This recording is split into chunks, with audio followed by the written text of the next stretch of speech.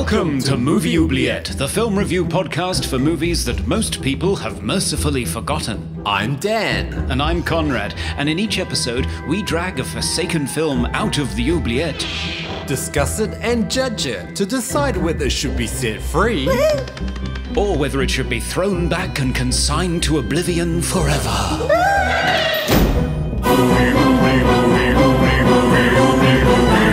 We review the films others tend to forget. Come with us and open up the movie oubliette. G'day and welcome to Movie Oubliette, the climate extreme spanning podcast for forgotten fantastical films with me, Conrad, trying to find a tomato in Cambridge, UK. And me, Dan, making my own audio cables down here in Melbourne, Australia. Wow. We focus on overlooked sci-fi, horror and fantasy films because we think every debut feature film should be a mashup of zombie apocalypse, alien invasion and small-town western. Hello, Dan. Yes. So not a tomato in sight, Conrad? No, we have no tomatoes or apples or cucumbers or any other vegetable in the UK apart from potatoes and turnips. It's like Cold War Russia. Oh my gosh. And the BBC says that it's because of extreme weather in Spain and Northern Africa, which has caused problems with crop yields. And yet everybody I speak to in mainland Europe is saying, what are you talking about? There's stuff everywhere. Wow. And it's really cheap. Yeah, wow.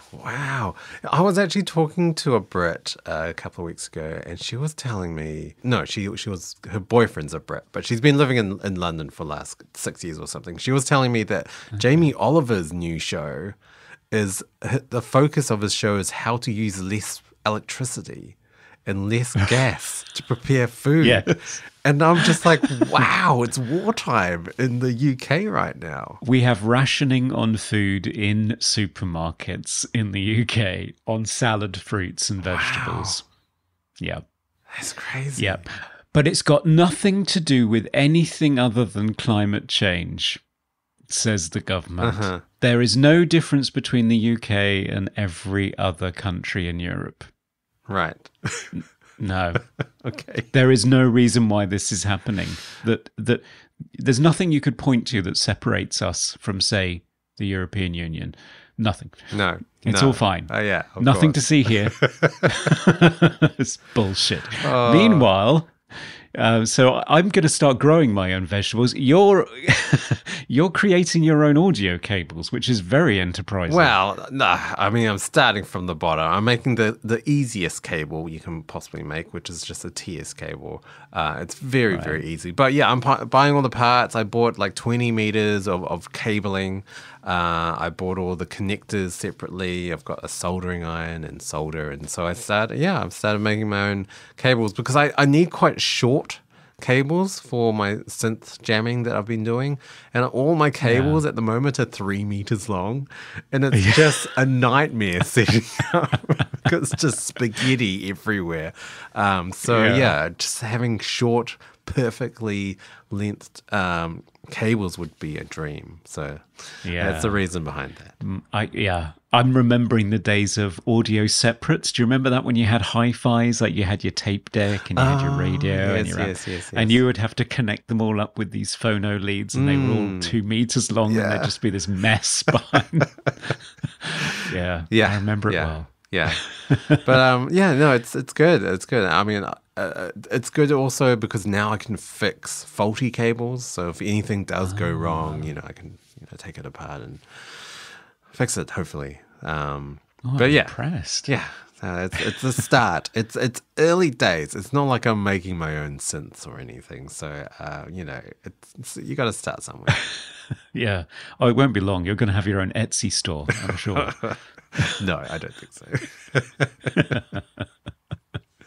So, Conrad, what is in the mailbag today? What have our listeners been talking about? Well, they've been talking about The Wraith, our previous movie. Nodensky Stephanus said, The Wraith has been a fave of mine since I first saw it via that lovely foil-covered VHS rental tape back in the day. Oh.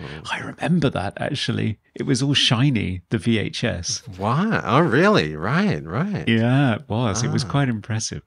And he says, this is one of those films where I can't be objective. I don't know if it's a good or bad film, but I know that I love it. Yeah, it's nostalgia is strong.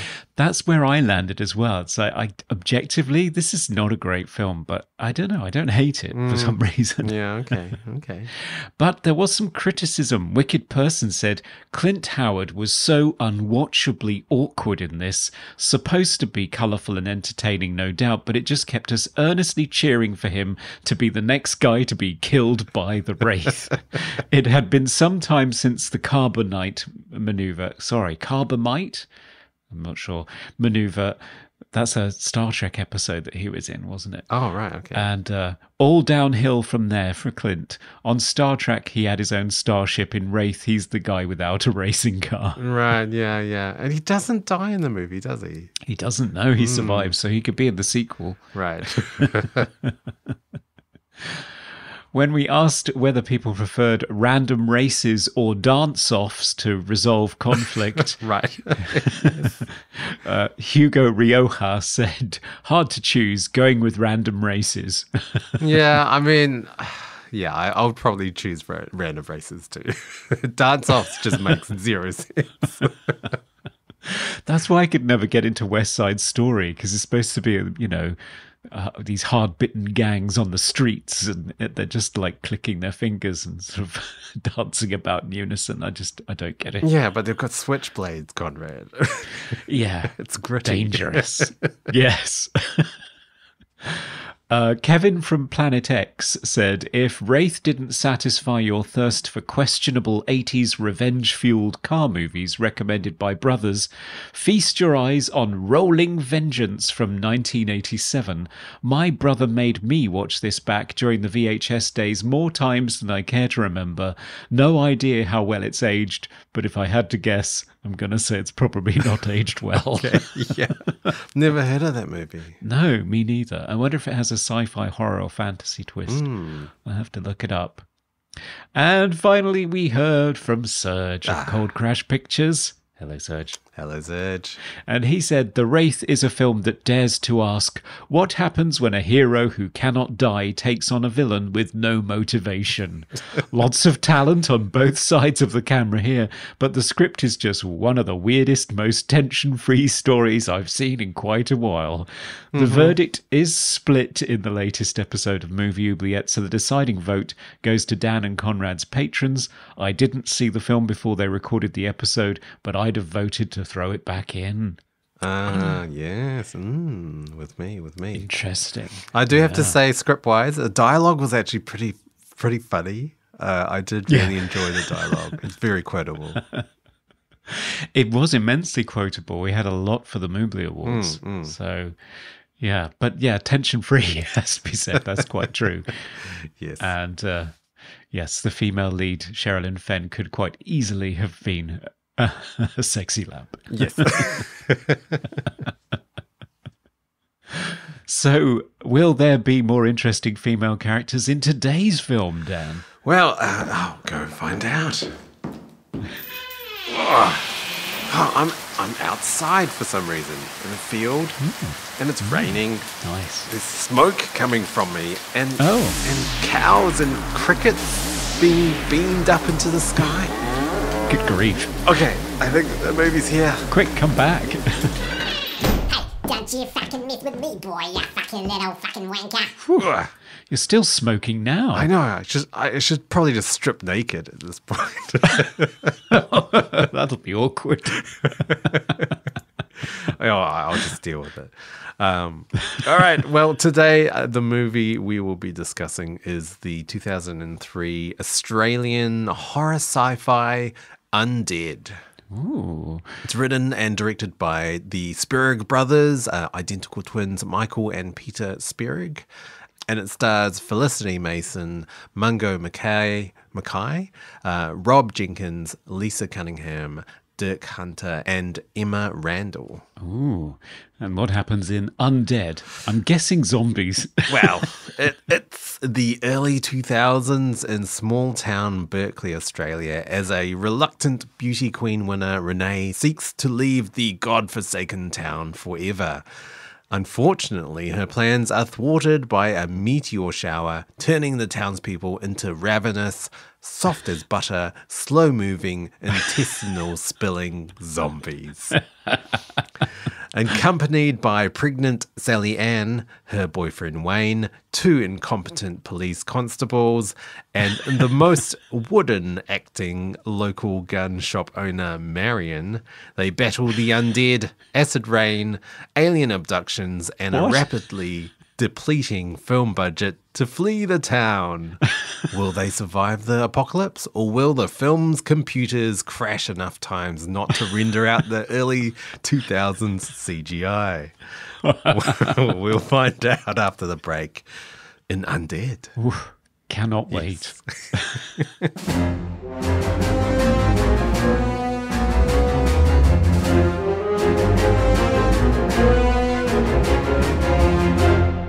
And we are back to talk about Undead, Aussie zombie movie. Not a lot of zombie movies made in Australia, apparently. No. Conrad, had you seen this movie before? No, I did not know it existed before you mentioned it. So, yes, this is completely new to me. How about you? Yeah, completely new to me. So it's going to be a double blind. Double blind. But yeah, as I mentioned, like zombie movies have not been made in Australia, it seems. When I looked it up, there's only been a handful, most of them very, very, very low budget. But the standouts are Cargo in 2017, which stars Martin Freeman for some inexplicable reason. I'm not sure why. Everyone else is Australian apart from him. Obviously, they had to get a star in there. Very interesting zombie movie because it's more of a drama journey movie. I mean, there are zombies in there, but it's definitely more of a drama. And also there's another zombie movie called Wormwood Road of the Dead. It came out in 2014. Really funny, gory, kind of Mad Max meets Night of the Living Dead or something. It's incredibly funny, very, very violent. And the sequel is also apparently very, very good as well. But yeah, that's pretty much it. There's also one other movie called Little Monsters, 2019, more of a comedy. Oh, okay. I don't know how Australian it is. I think the lead isn't Australian. But yeah, not a lot of zombie movies in Australia. No, and apparently not many really happening in the horror genre generally at the time in the early aughts. Well, certainly the time that the Spierig Brothers thought about doing it. But then, of course, when their film came out, I noticed that in Australia in September of 2003, when it was released, number 3 in the charts was 28 Days Later. Right. The Danny Boyle movie, which pretty much relaunched the zombie genre. It sort of felt like it was the beginning of a rebirth and also a slight shift, the whole sort of move towards fast zombies. Yeah, fast zombies, yeah. Which kind of makes Undead feel a little bit like a throwback. And I think the Spierig Brothers talk about it being their love of 50s B movies that drove the tone of the movie that they were trying to make. Yeah, very 50s, very, like, even the opening credits, it's that real 50s, like, black and white, Dracula, Frankenstein kind of text. Yeah. The music is very old school, like, very dated, like, almost annoyingly dated. Like, I just wanted it not to be so much of an homage to silent films or, like, at least black and white movies. And also even the look of the zombies, they had a very dry look to them and focused more on weird lighting to make them look scary rather than them being completely drenched in blood, which is what modern zombies tend to look like. They just look disgusting now. Yeah, pretty grotesque. Yes, and I think the thing that really sets this apart or makes it interesting is just how ambitious it was, because it's a fully independent film. This is the Spierig Brothers before they hit the big time with things like Predestination and Daybreakers and Jigsaw and getting involved in the whole Blumhouse thing. So this was their calling card, very much in the tradition of Sam Raimi with Evil Dead. It's low budget, independent filmmaking. And not content with just trying to take on the zombie genre, they thought they'd also do an alien invasion. So there's this whole genre mashup going on that feels just incredibly ambitious for the resources they had. I mean, the budget, I think they mentioned, was just under $1 million. And that's Aussie dollars, which is even less in the world stage. So not a lot of money. And I think they tried to get as much as they could for free or like just borrowed. It's hilarious watching the behind the scenes because it's just, it was 2 years of their lives that they dedicated to making this movie, and every day was a nightmare. Yes. Because they just did not have the funds and they just had to use whatever they could. I think they did all the visual effects as well. I think they had one other guy help them. And it's, you know, they had to learn it themselves. I don't think they were really, you know, CGI experts whatsoever. They had shitty computers. They had 3 different computers to use. One was a laptop, and they were using Adobe Premiere, which they mentioned during one of the screenings, and everyone laughs. I'm like, was it really bad back then in 2003? It was, yeah. I remember it. So as I think it's Michael, who says, it's great if you want to edit your friend's wedding video. It's not, yes, great if you're trying to edit a full-length 35mm feature film. So yeah, and their laptop that they were working on to render the film's computer graphic imagery. Yeah. This is 2003. The best they had were Pentium 3 processors, if anybody remembers those. And sometimes, depending on how complicated the shot was, rendering a frame took 11 hours. Crazy, right? Crazy. It's a feat that this movie even got finished. It's incredible. Like, there is so much in this movie, just effects wise, just practical effects wise. There is so much. I think they mentioned they had 50 liters of blood and they thought that would last, and they used it up in 2 days. And I think by the end of it was like 500 or 600 liters of blood that they used. I mean, really stunning practical effects with all the gore and stuff. Like, I was really, really impressed. But I mean, for the most part, the movie is obviously very low budget. Yes. The character-wise, even the sort of first sequence of introducing characters, I was just really confused. It's bad. Who anyone was. Like, because it kept kind of cutting before you kind of got to know the characters. It was that first scene with Renee in the bank, which is just like, why does the bank look like this during the middle of the day? It looks like a basement with like no lighting. I don't know why. Purely a cinematic choice. And then they cut away before we even get to know who she is, and she turns up later, and I'm like, is that the same girl from before? I can't figure it out. And then you've got characters that are introduced and then killed. And it's quite confusing the first kind of 10, 15 minutes. Yeah, it's really, really choppy. And I think these are sort of add-ons, these scenes, actually, because they realised that they got to the action too soon. I think possibly the movie started even with the cricket match, the sort of chirpy introducing the town style music, and the crane goes up to the town sign, and then you go over and see the cricket match. And I think possibly that was the beginning of the movie, and then they realized they hadn't established any of their characters, and they went back and shot all of this stuff. And it's, as you say, it is so choppy. Intercutting between the main character in the bank, the badly framed agent outside who's chewing gum, and he's not even a main character. He disappears for ages and then returns as a zombie, but there's no payoff really. Characters are poorly framed and mismatched close-ups, badly edited. I have no idea who they are or what their relationships are, or even where they are in physical space, or what is happening. The beginning feels very much like a student movie where you learn all of the mistakes that you can possibly make on a narrative film. Because it was filmed on actual film, right? This wasn't a digital film. Yeah, it's a mixture of 16 and 35, I think they said. Yeah. So, I mean, I'm sure they were just using every single take, or just doing 1 takes or 2 takes for everything. 1 or 2. Very much like The Witch's Hammer. And there were things about this that reminded me of The Witch's Hammer. Our 100th episode, if anybody wants to check that out. It's interesting that you made that comparison because it has that really early 2000s digital sheen over it. Yeah. So even though it was recorded on film, it has this kind of flatness to it with the digital color grading that they must have done.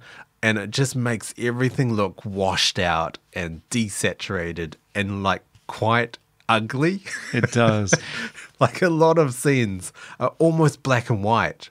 I think they tried to do the whole day for night thing where they just shot it normally and just desaturated everything. So it made it look darker.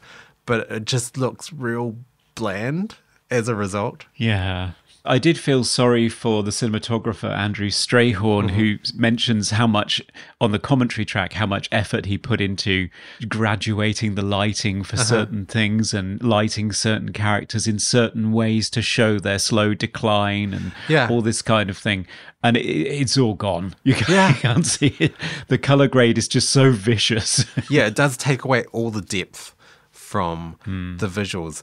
Even watching some of the test footage that they have of the zombies and just doing different lighting, underlighting, above lighting, it looks amazing. Yes. It looks really good because they haven't slapped that shitty color grade over it.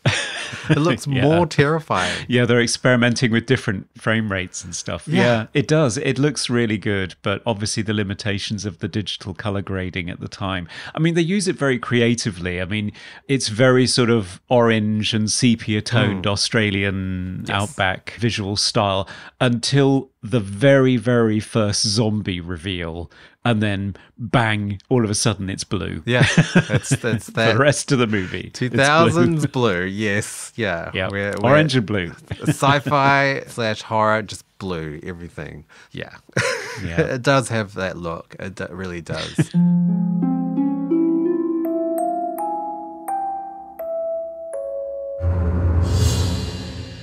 This movie is, I guess, an adaptation or extension of their 3 previous shorts, the Undead trilogy that they call it, Attack of the Undead, Rampage of the Undead, and Massacre of the Undead.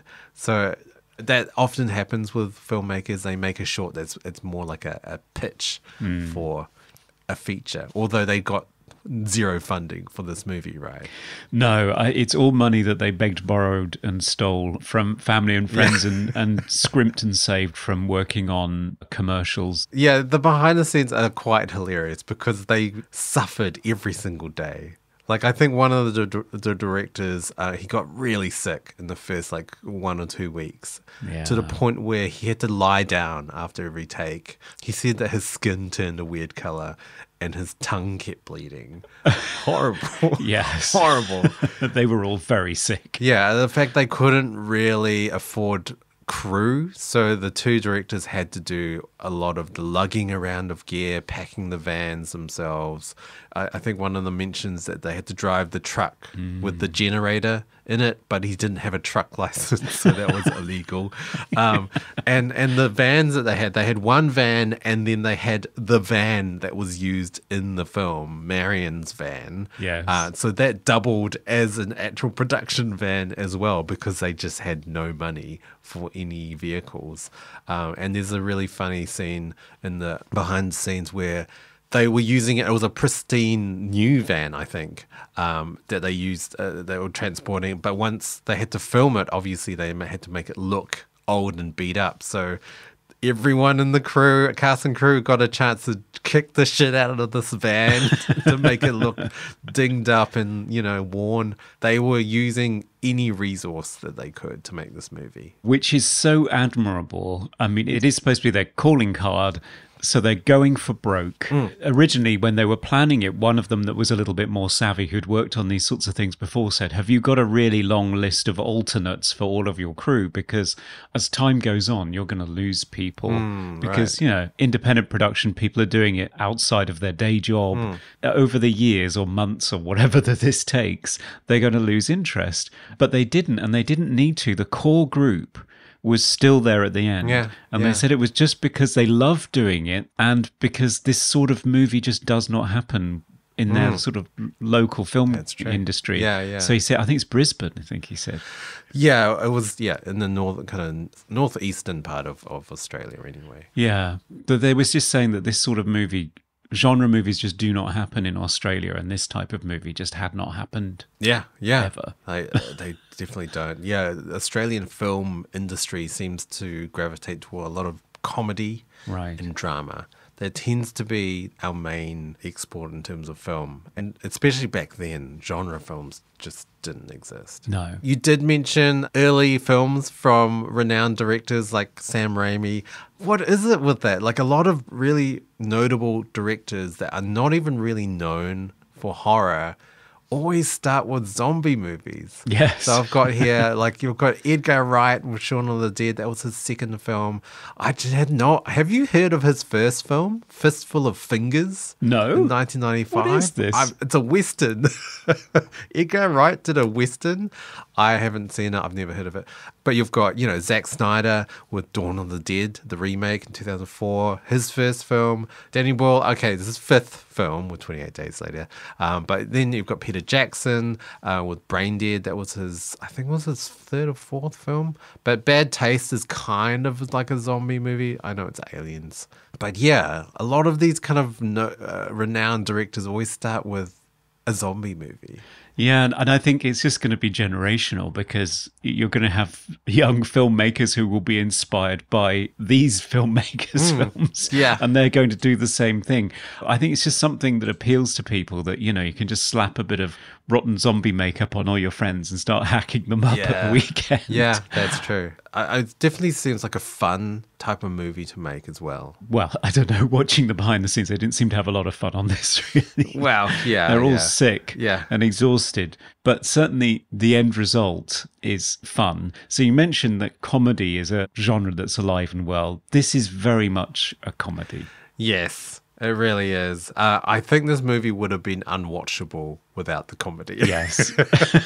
I mean, special effects aside, it is messy, but the comedy does make it really, really funny. It is genuinely Incredibly funny scenes. Every zombie kill is comedic as well. Every single one. Well, I think it signals that really early on because there's that choppy bit at the beginning, but then when Renee is leaving town with her creepy agent and they come across a car smash in the road where this town has been pelted with meteorites and it's caused a zombie outbreak. I think that's what's happened. Yes. I have a lot of questions about what's actually happening in this movie, which we'll get to. Yes. But from that very first moment where Renee comes up against a zombie, her weapon of choice is a parking lock thing, one of those things with a steering wheel lock. Yeah. And she manages to carve, like you said, zombies made out of butter. Yeah. She manages to carve somebody in half vertically with that. Crazy. Yeah, I know. Blunt objects are like the sharpest knives you've ever seen because zombies are getting hacked up. Like butter. So I think from that moment on, you know what kind of movie you're in for. Yeah, you really do. And also I love it how Marion just inexplicably spawns handguns from everywhere. He always has a pair of guns. Yeah. It's amazing. Well, they have that scene where he walks naked into a convenience store. Yeah. Because there's this whole other mechanism, which again, I have questions about. What is the rain?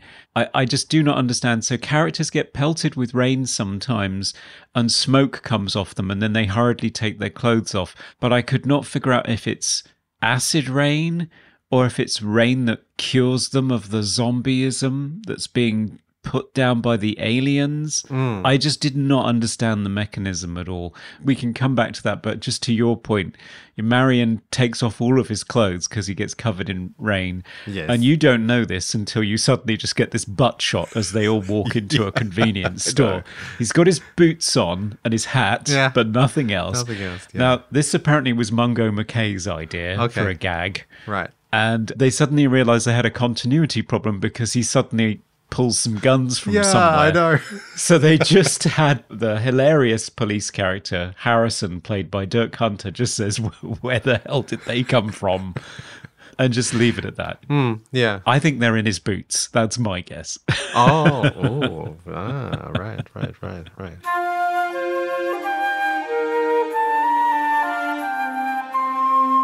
So the general premise of the movie is the meteor showers hit this town and they cause people to turn into zombies. Yeah. It also causes dead people to turn into zombies. So that it is a proper zombie movie. Okay. As opposed to, 28 days later where dead people don't come back. They just contract the virus and display behavior like a zombie. Right. So there are actually, like the movie suggests, they are the undead coming back, caused by the meteor shower. But we've also got, so there's big spoilers here. We've got the sci-fi element with the aliens. So the aliens are actually helping by, they pretty much quarantine the town with this giant wall around the town, and they pretty much do like a chemical wash over the town with the rain, and it cures the people of the infection, the zombie infection. Is that what it is? And that's why they're supposed to be in the rain. So it's kind of funny because all the characters throughout the movie are trying to get out of the rain when they should be just getting in the rain, and the movie would probably be an hour shorter. Because they would figure out, hang on, this is curing us. We're not becoming zombies at this point. Right. Yeah, and then the aliens show up, and it's a very strange, awkward scene with this like butt-naked alien with weird plumes on its. It's strange. Yeah, I don't know what that's about. Yeah, so the aliens are the saviors. I think the Renee character at the end says like the aliens they're not attacking them. They saved them. So at first, when they get hit by the rain, they're smoking as if it was acid rain. But I guess, does anyone actually feel any pain? Or they just think, oh, we're smoking, that's a bad idea? Because, yeah, they strip off all their clothes, they douse each other in water to, I guess, dilute the acid rain. But I guess no one's ever in any pain. They just think, smoke, bad, let's take off all our clothes. They don't think, hang on, all my wounds are healing. It doesn't hurt. Maybe this is a good thing. Well, yeah, they don't seem to notice that. Yeah. Until much, much later, she notices immediately. Renee notices that some of her wounds are healing because of this rain. Yeah. But she doesn't notice that earlier. Nobody does. No. So, yeah, I couldn't track it. I couldn't figure out what was going on. Right. I mean, it leads to some amazing visuals, like the whole thing where the aliens beam people up into the sky. Yeah, sort of jet plane altitudes, which they couldn't breathe at. But anyway, well, so like 30,000 feet. So yeah, they're all above the clouds in like T poses. Yeah. Like crucified. Yeah. In stasis. Supposedly that's just where the aliens put them, once they've washed them with the chemical wash, they just pop them up above the clouds so they're out of harm's way, just drying, ready for when they can put them all back again. I think it's because so they don't get reinfected with whatever is infecting them. I don't know whether it's in the air or in I don't know. I guess it's from zombie bites maybe as well. Yeah, maybe. But I don't know. They're just popping them up above the infection zone. Yeah. I think at one point that one of the aliens says, oh, this is the last one. We can put them all back down again. Take the wall away. But oh no, there's still one person that has been infected. Yes, Wayne in his plane. Yeah. Wayne. Bloody Wayne. But yeah. I've been talking about like sort of homages or tributes to old horror and old zombie movies. You do have your very cliche characters. You do. You've got your grisly, reluctant hero that's just immensely resourceful, has all the guns. Yes. Just very good at shooting. Endless bullets, reference to Matt Swafford's podcast, because I did think of Matt at one point because I think one of the police characters fires 14 bullets out of a revolver. Yeah, I know. The handguns are just infinite amount of bullets coming from them. But yeah, so Marion, that's his character. He's just like invincible and just very good at shooting. And then you've got the final girl, Renee, who you just know she's going to be the final girl. And then you've got your other annoying characters, The policeman, hilarious. I mean, annoying, and you want them to die. Yes. But hilarious. Yes, Harrison. I think the character was supposed to be played by an older actor, but due to health problems, he had to drop out at the last minute. So Dirk Hunter, it was a fantastic name. Yes. Dirk Hunter stepped in at the last minute, grew a moustache, and just played him as this irritating little twerp. Oh, yeah. Angry little man, and he is hilarious. Most of his dialogue is improvised. Is it? Yes. Interesting. Yeah. And hilariously funny. You can see at one point, I think it's one of the first scenes with him where he's just spouting just garbage. Yes. A lot of Australianisms. But you can see one of the other actors in the background trying to hold it in from laughing because he's so funny. I don't blame them because it's just this endless stream of fucking. And there's something about fucking a bag of monkeys, or I have no idea what he's talking about. Yeah, it's incredibly funny. And then you've got his colleague, policewoman, that is brand new to the job, and she's just terrified. Yes. She does have an inhaler. I thought that was going to have a challenge, but that never happened. Yeah. Like it didn't do that No, thing. me too. Yeah, asthma inhalers in alien invasion movies. Even Shyamalan fell for that one. But Yeah. no, it does not happen. Yeah, it doesn't happen. And you've got the pregnant girl and her boyfriend, and she was like a rival beauty queen to Renee. Renee was the reluctant beauty queen winner, and she was the one that actually wanted the prize. The fish queen, I think they refer to The it. fish queen. It's like, was it endorsed by a fish company? Or is it, Quite possibly. was she the face of some Fishing. Yeah. brand? Yeah. It's a fishing town and proud of it. And I love the backstory to her character that they mention on the commentary that is just not in the movie. But apparently, if you read the newspaper article about it, you can see it. The reason that she didn't win for the second year running was because she was heavily pregnant with Wayne's baby. And she thought for her talent section, she could do the same thing she'd done the year before, which was a karaoke version of Madonna's Like a Virgin, which just did not work. Year 2. Yeah. That's why she lost to Renee. A bit of a contradiction. Yeah. Wow. It's not in the movie, but it's hilarious lore behind the scenes that they were all aware of when they were shooting. Right. Yeah. But I did like the dynamic between the characters. I mean, obviously, a lot of friction. It seemed very much like Night of the Living Dead. Like the fact that they go into a house, into the basement, which is a bunker with zero supplies. Don't know how that happened, Marion. Like, why would you even build a bunker with no supplies in it? It doesn't make any sense. Yeah, the supplies are all upstairs or something. It's stupid. Yeah. It's really bad. So they're trapped in this bunker with nothing to eat or drink, Bad preparation. just waiting for the zombies to go away. That's one of my least favourite scenes.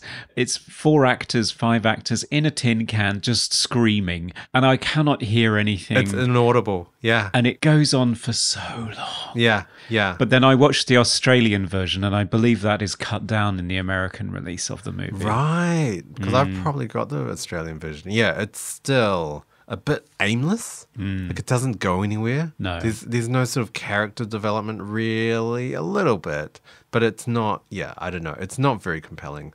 And also, I guess limited sound equipment or a sound monitor or something, because it's, pretty much incomprehensible at some points. Yeah. A lot of yelling in a tin can. I didn't know if it was just my struggle with the accents or not, because there are several moments in the movie where I just cannot tell what is going on. Like there's a scene where Renee is staring at a coil of rope in the convenience store, and she has some sort of echoey quote flashback. Yeah. And I cannot distinguish a single word of it. I have no idea what she's remembering or why she takes the rope or the significance of what happens afterwards. Right. My interpretation of it was, the Beauty Queen talent show, they had to have a talent. So Sally Ann's was karaoke singing. I think Renee's, she mentions it was like tying 2 things together or something. Really? So that's what the rope is about, like tying something together.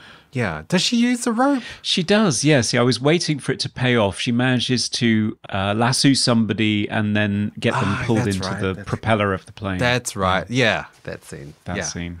I knew a zombie was going to be pushed into a airplane repeller. At some as soon point. as you see anything dangerous, like, yeah, a zombie's going to die that way. Oh, for yeah, sure. absolutely. I think she rescues Sally Ann in that scene, and I think there's that's sort right. of a bonding moment between the two warring beauty queens, fish queens, that they finally have some sort of grudging respect for each other at that point, because they've been snarking at each other for the whole movie, despite the fact that they've got bigger fish to fry.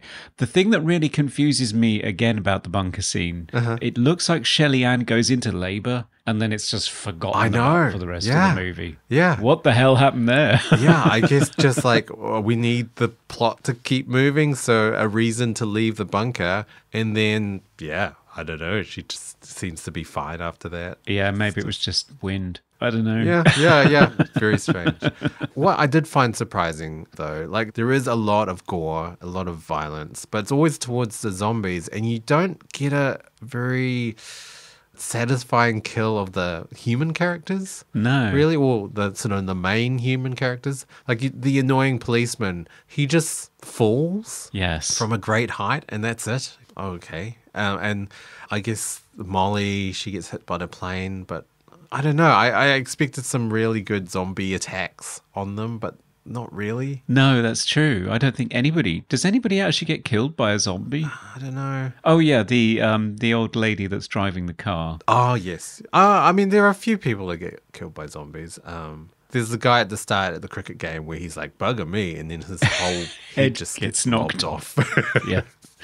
And if you watch it carefully, you can tell his head is not attached to his body. Like, it's two completely different shots. It is. That have been composited together. Yeah, it's floating There's like around a wiggly bit. lines, like where his head should be, or his neck and shirt should be. But yeah, you know, limited resources back in 2003. Yes. Now it's time for random trivia. So, Dan, what fascinating nugget of trivia did you find as a special prize in your Weet-Bix box today? So there's a scene in the movie where Renee's driving the van, and you've got Sally Ann in the back. The aliens are trying to like orb her up, beam her up, but she's in the van, so she's been pulled into the ceiling of the van, and the van's kind of lifting up. But Renee's trying to drive away, and she crashes into a ditch. But when they shot that scene, the crash itself, they had run out of budget, so they couldn't afford to hire a stunt person. So instead, they literally just shoved a brick on the accelerator. They tied the steering wheel down, and they put the van up on a jack, and then they just simply knocked the van off the jack, and it just, you know, drove unmanned into a ditch. Oh, God.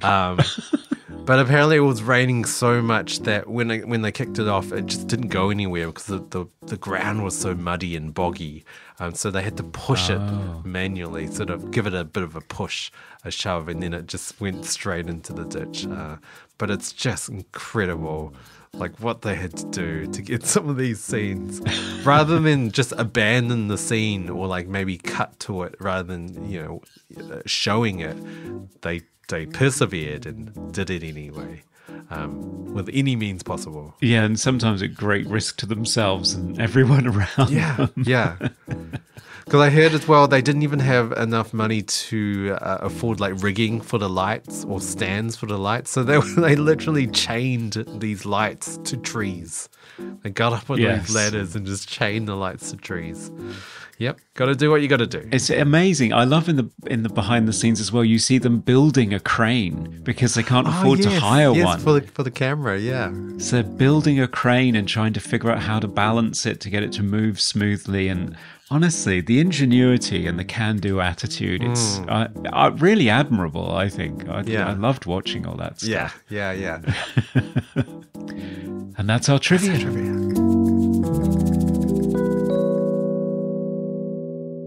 So what did you think about the sci-fi element, like having the alien as well? So apparently originally they didn't think they were going to even show the alien. They were just going to allude to it. But having that reveal was like, I was a little bit taken aback. I didn't expect to see so much alien. No, they knew they were going to do a head and they couldn't do arms. They just had some hands and a head that they could puppeteer. And then they thought, do you know, I think we might be able to pull off a full body CG alien. Yeah. And yeah, they sort of could in the best way that you could in 2003. The inclusion of the whole alien aspect of it is one of the things that narratively makes it admirable and interesting. Yeah, it does. But at the same time, it makes it incomprehensible and about 9 times more difficult for them to make. Yeah. They took on a lot. They really did. And there's no other zombie movie like it. Yeah, I agree. But I do think visually, I think the sci-fi elements are sort of substandard. Like, because all the practical effects and even the CG stuff for the zombie kills and stuff, they look really good for the most part. Like, really, really good and really fun. But then you have these, like, the UFO beams, like, beaming up people and Crickets. I don't know, it doesn't look great. And the wall that they have doesn't look great. Yeah, there are certain parts in terms of the sci-fi visual elements that were like, oh, if they just didn't have that, it would have looked better maybe, or didn't show it. Yeah. I heard that the wall that they made, they just cobbled together just a whole bunch of piping and metal shards and stuff and melted it together. And I think one of the directors said, oh yeah, that probably took like a good 10 years off my life or something from breathing in all the fumes. You know, they only made like, I don't know, a 3 meter by 3 meter wall and just duplicated it to fill up a whole screen. I don't know. It doesn't look great. It doesn't, no. They're just cloning it to fill up the screen, but it doesn't behave the way that an object that size would in terms of lighting over the whole area. Yeah. So you're just looking at it and you can't really make sense of it. It just looks like some bizarre cobbled together screensaver. It's very odd. Yeah, because I couldn't even figure out what they were even looking at one point. No. Because it looks like lights on the sky. And I thought, I didn't even know it was a wall until I went right up to it and you can actually see physical metal spikes. But yeah. I thought the moment where the wall lifted up and broke into different segments and sort of started turning, you know, that combined with the music, I thought, wow, we're going for a real sense of awe and wonder finale, like Arrival or something. Yeah. I mean, well done. Yeah. It's ambitious and some of it is more successful than others. It's certainly not as consistently successful as the action scenes with the zombie kills. And some of it surprises you as well. There are some moments where they edit it in a certain way where you're expecting, okay, this is the shot where the jump is going to come, and it doesn't. It comes in the next shot, so that you can see the inventiveness and their potential as filmmakers. Yeah. So it's no shock to me that they were able to parlay this into a professional career. Yeah, for sure. Like, there were a lot of really interesting shots as well. They were obviously trying to think outside the box. There's that scene where I think Marion throws a gun in the air, grabs another gun, shoots a zombie, and then catches the gun that he's thrown in the air and then keeps shooting. It's shot really beautifully. Lots of slow-mo. You know, it's early 2000s. Anything post The Matrix. You've got so much slow-mo in action scenes. But it's funny, though, because Daybreakers and this movie have a lot of similarities. Daybreakers is just vampires. It's pretty much the same movie, but with vampires. And both movies set up a sequel that never happened. No. I think they really, really want to have a franchise, but they just haven't got it yet. Yeah. Interestingly, the version of Undead that I watched is a German Blu-ray because it wasn't released here. And they've called it Night Breakers. What? Which is so bloody cheeky. Oh. Some enterprising distributor trying to capitalize on their newfound fame. Oh my God. So, music? Yes, music, hated it. Awful. Awful. Wrong choice. Really bad, really MIDI sounding, very sample like libraries and like not great sounding sample libraries. It's 2002, 2003. No one recorded feature films using VSTs back then. Just wasn't a thing. But apparently they did add instruments, live instruments. The only thing I could see in the making of was they added some choir, which was apparently recorded in the composer's mum's office. That doesn't sound low budget. I don't know what does, but yeah, it just sounded fake. Yeah, MIDI synthesizers trying to sound like an orchestra is the easiest way to piss me off. But at the same time, I did appreciate the intent. They didn't want to do a stripped back John Carpenter synthesizer score for their low budget movie. They wanted to go for that 50s over orchestrated, overactive, heavily thematic orchestra and choir. It's ambitious. I actually quite like the variety in the motifs and the themes. I think if the composer Cliff Bradley did it now, he would have better VSTs to pull it off with. Yeah. So yeah, I appreciate the intent. Like everything else with this movie, I appreciate the intent. It doesn't quite pull it off. Yeah. I rather they had used like some sort of more simple like synth Carpenter score. It would have, I don't know, I think it would have been executed better. Cliff Bradley, the composer of this, he's a pretty good orchestrator. Apparently he does a lot of orchestration for movies now. So he's a very talented musician. Like I can't deny that, but I do think like a lot of the themes and cues in this movie were too on the nose. Sort of the first thing you would come up with and then improve on. Like you want a comedic cue, you put some plucks in there, but maybe like strip it back a bit or add a different instrument. But it just felt like, oh, this is a funny scene because obviously the music sounds funny. Yeah. Or this is a dramatic scene because the music sounds more dramatic. It just sounds, it's just so cheesy and far too much music in this movie. It's pretty much wall to wall. There's no break at all. It was really interesting watching some of the extended scenes or deleted scenes that didn't have score, obviously. It works so much better. Just have the scene breathe. Don't constantly put, we need some, plucky strings in here because it's a comedic moment. Just take it out. Like, we don't need music all the time. You're absolutely right. I mean, they could have had like a really culty movie with just a small band of acoustic players doing something that's very Australian or very modern or very weird. Yeah. I don't know. You could have gone all kinds of different routes with this and created a classic, but they were going for a very specific style of movie. Yeah. He did what they asked for. Yeah, and he did it to the best of his ability with the resources we had, which is the same for every department. So it's all for the love of the movie and the style that they were going for. And the success, hit and miss. Yes. I think. Yeah. Coming to you live from the Movie Oubliette Theatre, it's the prestigious Mobley Awards. Hey, it's the Movie Awards. It's where we present our favourite butter zombie sliced parts of the film in a number of triple shotgun blasting categories.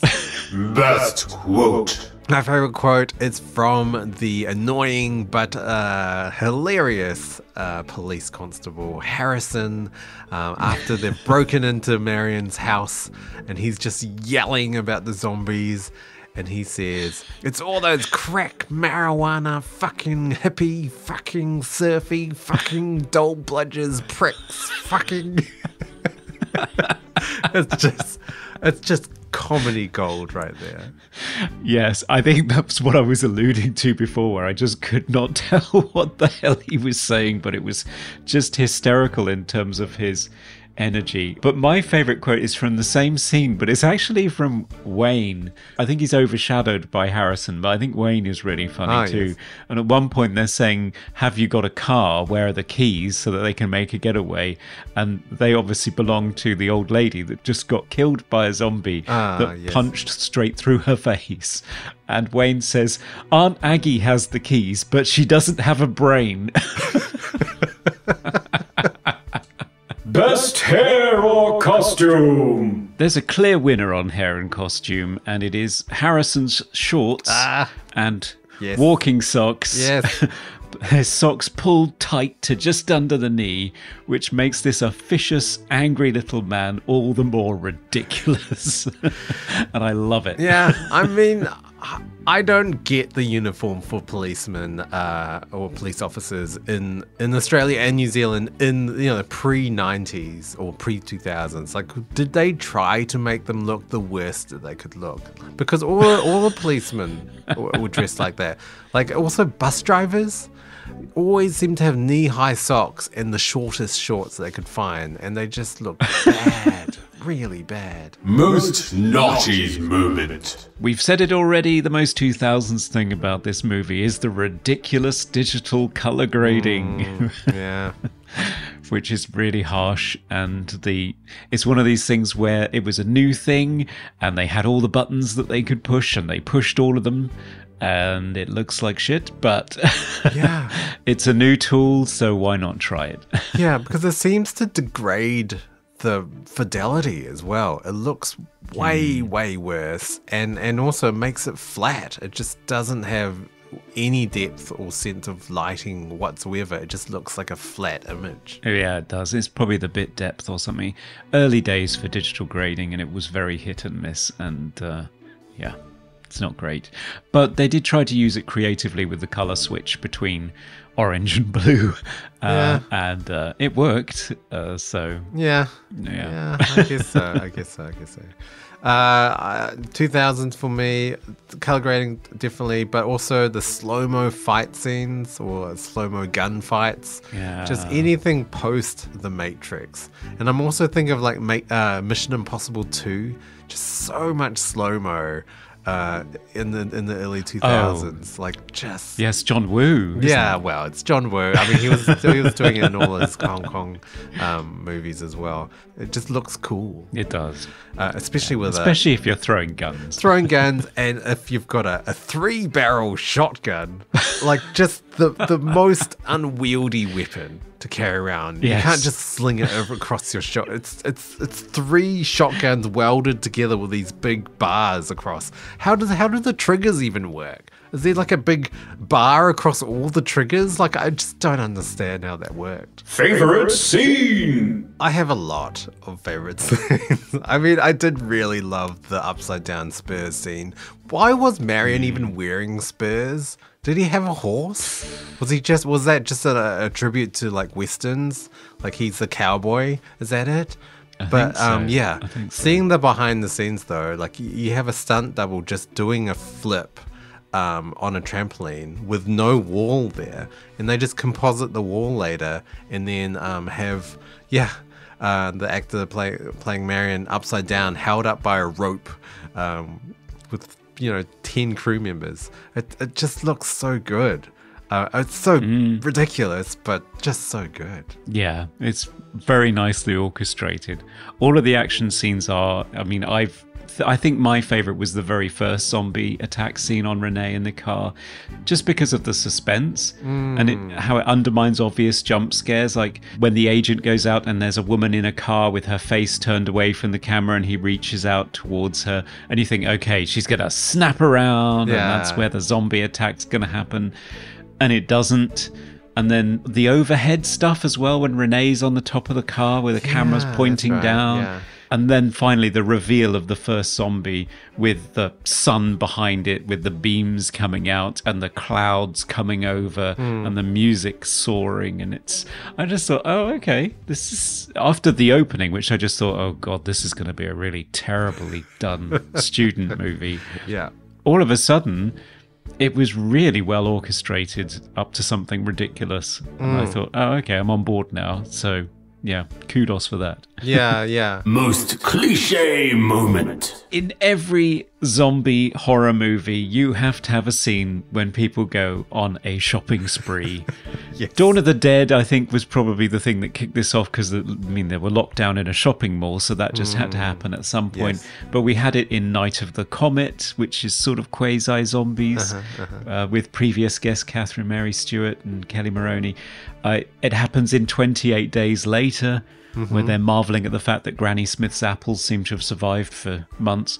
And even in The Quiet Earth, the New Zealand movie that we watched. Yes. There's a happy shopping scene. That's not much of a zombie movie, though, really. But yeah, you have to have a scene where everyone goes shopping. Yeah. And in this case, Marion eats Wheat Bix for some reason. Yeah. In addition to the whole zombie cliche of ransacking a supermarket or grocery store, there's also the very unwise retreating from zombies to either basements or upstairs. Like, why? Why would you go somewhere where you can't get away? And they go to both in this movie. They go both to the basement and the upstairs. But yeah. It's true. Always. Best special effect. I really love the spade scene. So Yes, that's mine. Was it Renee shoves a spade into the bank guy that she was talking to at the start of the film, Chip, and into his head.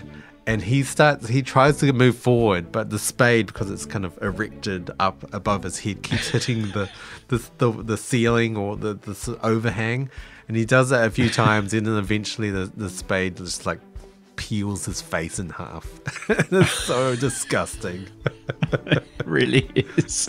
And then he hits the floor, and when he tries to pull back up, one of his eyeballs falls out. It's revolting. It's such a good effect, though. Oh, it's amazing. It is, yeah. It's a good combination of effects and editing.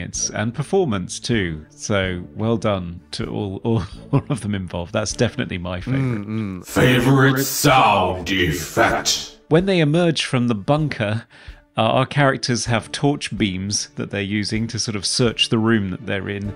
And every time the beams come close to the camera, you get this low synth drone coming across. Yes. I always love it in movies. I think the X-Files did it too, where light beams for some reason have a sound. Emit sound. Yeah, it's great. They do. They always do. Yeah. Yeah. A sound that I picked out. So they insert pig squeals in with a lot of the zombies. But there's one scene, it's a flashback with Marion. He's talking about the zombie fish. And you've got these fish making pig noises. It just doesn't make any sense. Most funniest moment. Well, speaking of the undead fish scene, that is undoubtedly the one where I was roaring with I was laughing a lot during this movie. Yes. But just the sight of Marion catching and punching and then eventually shooting mid-air flying fish in his little boat in the middle of the lake had me creased up. It was just so beautifully executed and ridiculous. Yes. I loved it. Yeah, especially when they sound like pigs. Yeah. It's a great scene. I really did like all the lines by Harrison. And also Renee's like big zombie killing scene. Oh yeah. But I don't know what it is with horror or with sort of comedy horror movies. There's always a funny scene with a windscreen wiper. So they get into the van and they get out of the garage eventually, and they plow through a whole bunch of zombies, and it's just like buckets of blood splattering all over the windscreen. And then there's always that moment where they're just sitting there, and then the windscreen wiper is like, and it's always so funny though. It's always so funny. It is, and what I love about it, and it did make me roar, was that you get the sort of deadpan three of them sort of sitting in the van looking shocked as the windscreen wipers just squeak back and forth. Yeah. And it stops, and then it goes once more. Yeah. It's just that one little cherry on the top as a button on the end of the scene before they cut to something else, and I just roared. I thought, I don't know why that is funny, but just to have it go across once more just cracked me up. Yeah. I do agree. All right. And that's our movies. It is. Hello, I'm Lance Guest, and you're listening to Movie Oubliette. Okay, it is a final verdict time. Should the Spierig Brothers Undead leave the confines of the oubliette to infect the world in all its zombie wonderment? Or should it be blasted by endless bullets and be thrown back in the darkness of the oubliette, forgotten forever? Conrad, first time watch for both of us. What's your final take on this movie? It's another really difficult one. We've had a lot of this year with Kronos, with the director's first movie, where it was really difficult to compare something that was obviously resource constrained and narratively not terribly clear, but showed clear signs of the brilliant director that Guillermo del Toro would become. We had it with the last movie with The Wraith, where there were just so many flaws, but yet strangely, I kind of liked it. This movie has a lot of flaws. It is clearly showing the restraints of its budget. The opening makes no bloody sense at all. I found it very difficult because it's so ambitious. It has a zombie outbreak and an alien incursion. Yes. And I just could not follow the mechanics of exactly what was happening, but at the same time admired the ambition involved in trying to make the story that complex and having that much mystery in there. Some of the scenes are amazingly well executed with John Woo style slow-mo and acrobatics, and it's hilariously funny and inventive. The ensemble cast is giving it their all, and they're a great bunch of characters that it's fun to be around. So many of the technical elements let it down, like the digital color grading, but so much of it is so much better than you expect it to be when you realize they were just scraping money together. Like there's 15 interior sets, and the production design is surprisingly good considering the situation they were in. So, I think the key thing for me is, what were they shooting for and what did they achieve? And they were shooting far away from what they were capable of doing.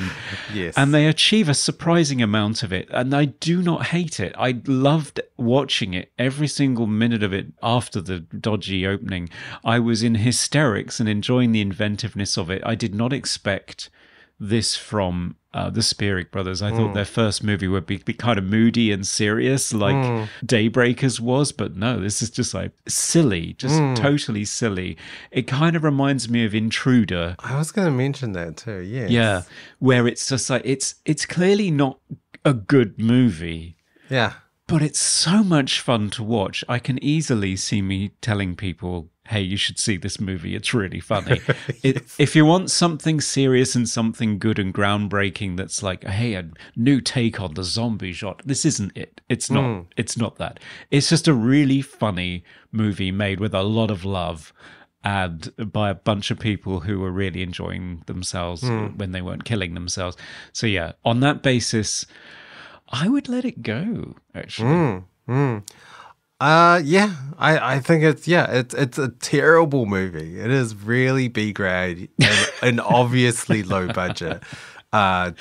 Just some shocking acting and just some of the production aspects, the sound, music is probably one of the worst scores in a movie that we've covered on the podcast. I just hated the music, but yeah. I had so much fun with this movie. It's so funny. Every single scene is hilarious. The inclusion of the aliens, like, wow, I've never seen that before. That's great. That's really great. Like, ambitious. This movie was so ambitious. It did achieve a lot of what the directors wanted, incredibly. And it's just like, how did this get finished? Is just like my biggest question. Like, wow, like really, really good. And they've gone on to better things. Daybreakers for me just seems like this movie with a bigger budget and with vampires instead of zombies. Yeah, and a more serious tone. I mean, if you're going to have Ethan Hawke leading your movie, you're going to go for a serious tone. Yeah, exactly. And Sam Neill's in there too. So it is impressive what they managed to pull off. Yeah, I would recommend this movie, but obviously with the warning, it's definitely a B grade movie. Don't expect anything groundbreaking or some good acting or anything. It's B grade, fun, schlocky, disgusting, gory horror, and very Australian. And I loved it. So yes, it is very Australian. We have to let it go, surely. I think we do, but let's just check with our patrons to make sure they agree. Okay. Just fire up the machine and use the printout now. Yes. Okay. Yes, they agree. They say it should be released as well. Eddie Coulter said, I think it should be released. It's such an unusual zombie movie. I think it's worth checking out. And Chazilla says, an Ozploitation film written, directed and financed by the Spierig Brothers. This has a great story, awesome special effects, meteor zombies, and more gun fu than a John Woo film. Let Undead out of the oubliette with guns blazing into the healing Aussie rain. Yes, yes, yes. So, off you go then, Undead. Bye. Have fun. Oh, I'm not zombie food. I'm a fighter fish queen. See ya. So, I mean, I guess now, Conrad, what's the movie for next time? What are we going to be discussing? Well, next time we will be marking the release of a new movie by looking back at a previous movie that attempted to adapt the same property. Oh. So we will be watching the 2000 American fantasy adventure film Dungeons and Dragons. Okay. I've never played Dungeons and Dragons. I've never seen this movie.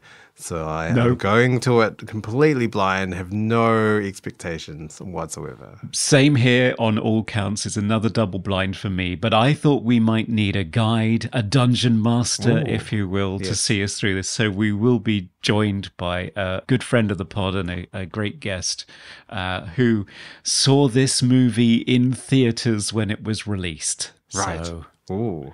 Yes. Maybe and a they big have fan? a lot to say.